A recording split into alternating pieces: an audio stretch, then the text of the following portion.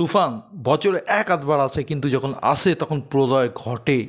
হায়, আমি মিঠুন। আজকে কথা বলবো তুফানের এই প্রলয়টা নিয়ে, যেটা কিন্তু অলরেডি ঘটে গেছে। তার আগে তোমাদের সবাইকে স্বাগত জানাই তোমাদের নিজস্ব চ্যানেল মিঠুন মুভি জাদুর প্ল্যাটফর্মে। গুরুজনদের জানাই আমার প্রণাম, ছোটদের জানাই আন্তরিক ভালোবাসা এবং শুভেচ্ছা। সঙ্গে থাকো, দেখতে থাকো মিঠুন মুভি জাদু। একটি টিস, দুটি পোস্টার, একটি গান। তুফান টিমের কাছে এটাই ছিল আগুন লাগানোর মতো যথেষ্ট বড় উপাদান। এবার সেই আগুনে ঘি ঢেলে দিলেন তুফান টিম তাদের রিসেন্টলি রিলিজ টাইটেল সঙের মাধ্যমে। এক কথায় একটা তুফান, একটা প্রলয় যেন ঘটে গেল এই টাইটেল সঙের মাধ্যমে। রায়ান রাফি সাহেব বারংবার বলেছেন তুফান ইতিহাস রচনা করবে। ইতিহাস কিন্তু রচনা হওয়া শুরু হয়ে গেছে, বাকিটা হবে ছবিটি মুক্তি পাওয়ার পর। আরিফ রহমান জয়ের কণ্ঠস্বর বলি বা সাকিব ভাইকে যেভাবে প্রেজেন্টেশন করা হয়েছে তার কথাই বলি, সব দিক দিয়ে এই টাইটেল সংটা একেবারে মন ছুঁয়ে গেছে। আমি যদি এক কথায় বলি, আমি কিন্তু পুরো ছিটকে গেছি বন্ধুরা। সাকিব ভাইয়ের সোয়াগ, তার স্টাইল, তার হাঁটা চলা, এইভাবে মেগাস্টারকে প্রেজেন্ট বোধহয় এর আগে কোনো পরিচালকই করতে পারেননি।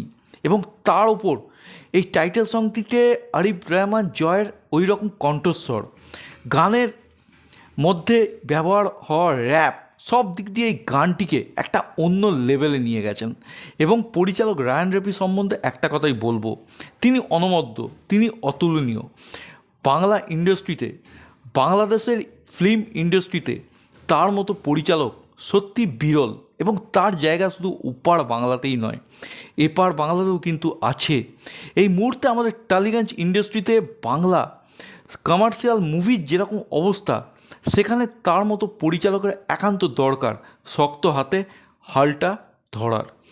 কীভাবে একটি টাইটেল সঙের মাধ্যমে হিরোর হিরোইজমকে গ্লোরিফাই করতে হয়, কীভাবে একটা হিরোকে দেখাতে হয়, তার মাস আবতারটাকে প্রেজেন্ট করতে হয়, সেটা কিন্তু এই গানে মেকাররা খুব সার্থকভাবেই দেখিয়ে দিয়েছেন। এই টাইটেল সংটির আরেকটি প্লাস পয়েন্ট হলো এর লাইনগুলো ক্যাচি এবং সিম্পল রাখা হয়েছে, যাতে মানুষের মনে বহুদিন যাবৎ এই টাইটেল সংটি ফেরে। তবে এ কথা আমি হলপ করেই বলতে পারি, শুধু ওপার বাংলাতেই নয়, এই গানটা কিন্তু এপার বাংলাতেও যথেষ্ট আলোড়ন সৃষ্টি করবে। এবং যখন সিনেমা হলে গানটি আসবে, তখন রীতিমতো ওপার বাংলা বলি বা এপার বাংলা বলি, দুই বাংলাতেই একদম সিনেমা হল স্টেডিয়াম হয়ে যাবে। এবং দুই দফায় কিন্তু প্রলয় ঘটবে এই মুভিটি মুক্তি পাওয়ার পর। কারণ ওপার বাংলাতে ঈদুল আজহারে মুক্তি পেলেও এপার বাংলা এবং অন্যান্য দেশে কিন্তু 28 তারিখের আগেই মুভিটি মুক্তি পাবে না। সুতরাং 28শে জুনও কিন্তু আমাদের দেশে একদম প্রলয় নিয়ে আসবে তুফান টিম। এবং তুফান টিমের তরফ থেকে আজ পর্যন্ত যা যা প্রমোশনাল মেটেরিয়াল আমাদের সামনে এসেছে, সবকটাই কিন্তু এক্সে বার্কার এক। আমরা দক্ষিণ ভারতের মুভির টাইটেল সঙের ক্ষেত্রে বারংবার গ্র্যান্ডিয়ার স্কেলের কথা বলি, হিরোকে প্রেজেন্টেশনের কথা বলি। তারা টাইটেল সঙের মাধ্যমে বারংবার আমাদের সামনে একটা লিরিক্যাল ভিডিও নিয়ে এসেছেন। এবার সেই পন্থাই কিন্তু অবলম্বন করলো তুফান টিম। গ্র্যান্ডিয়ার স্কেল, হিরোর প্রেজেন্টেশন, তার মাস আবতার, তার হিরোইজমকে গ্লোরিফাই করার সঠিক রসায়ন এই টাইটেল সংটিতে যেরকম আছে, ঠিক তেমনই টাইটেল সঙের মাধ্যমে একটি লিরিক্যাল ভিডিও কিন্তু তুফান টিম আনলো। এবং বাংলা ছবির নিরিখে এটাই সম্ভবত প্রথম লিরিক্যাল ভিডিও। এবং শুধু লিরিক্যাল ভিডিও দিয়েই থেমে থাকেননি মেকাররা, কিছু দৃশ্য এমন রাখা হয়েছে এই টাইটেল সংটিতে, যেগুলো একেবারে জাস্ট মুভিটির সম্বন্ধে এক্সপেকটেশনের লেভেল অন্য মাত্রায় নিয়ে চলে যায়। টাইটেল সঙের একটি দৃশ্যে আমরা দেখতে পাই মিশা সওদাগরকে, তিনি একটি কুস্তির ময়দানে চিট পটাং হয়ে পড়ে আছেন। এবং আরেকটি দৃশ্যে আমরা দেখতে পাই কয়েকজন লোক সাকিব ভাইয়ের হাতে বন্দুক তুলে দিচ্ছেন, কিন্তু সাকিব ভাই প্রেফার করছেন হাতুড়ি, কারণ হাতুড়ি দিয়েই তিনি তার বিশ্বাসঘাতকদের শাস্তি দেবেন। এর থেকেই বোঝা যাচ্ছে চরিত্রটি কতটা ডেডলি এবং ডেঞ্জারাস, এবং চরিত্রটি কতটা ফিউরিয়াস। বিশ্বাসঘাতকদের শাস্তি দেওয়ার ব্যাপারে বিন্দুমাত্র কসুর তিনি করেন না। একটি গানের ছোট্ট দৃশ্যেই কিন্তু এইটা বুঝিয়ে দিচ্ছে।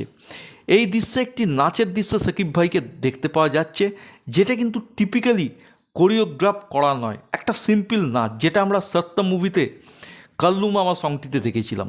সুতরাং সব দিক দিয়ে এই গানটি একটা অ্যাপিল কিন্তু 8 থেকে 80 দর্শকদের মধ্যে করবে বা করে ফেলেছে, এই কথা বলাই বাহুল্য।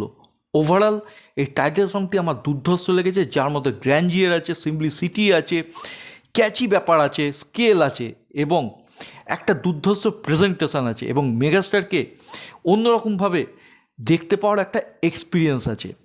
আমি জাস্ট পাগল হয়ে গেছি, ছিটকে গেছি, এই দুটো কথাই আমি বলতে চাই।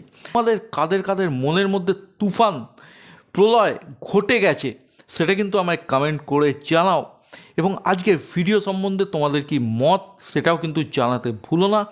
যদি ভিডিওটি ভালো লাগে ভিডিওটিকে লাইক করো, শেয়ার করো, চ্যানেল বা ভিডিও নতুন হলে সাবস্ক্রাইব করো, এবং ফার্দার নোটিফিকেশনের জন্য বেল আইকনটি অবশ্যই কিন্তু ক্লিক করো। সকলে ভালো থেকো, সুস্থ থেকো, টেক কেয়ার, বাই বাই।